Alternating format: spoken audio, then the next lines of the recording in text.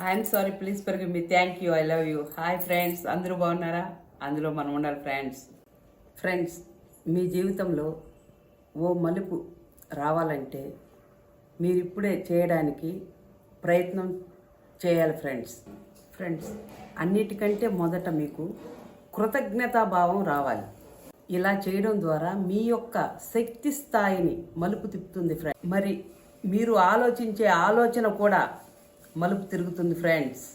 ఏమైతే లేవో మీ సమస్యల మీద, మీ ఫిర్యాదుల మీద, మీ బాంధవ్యాల మీద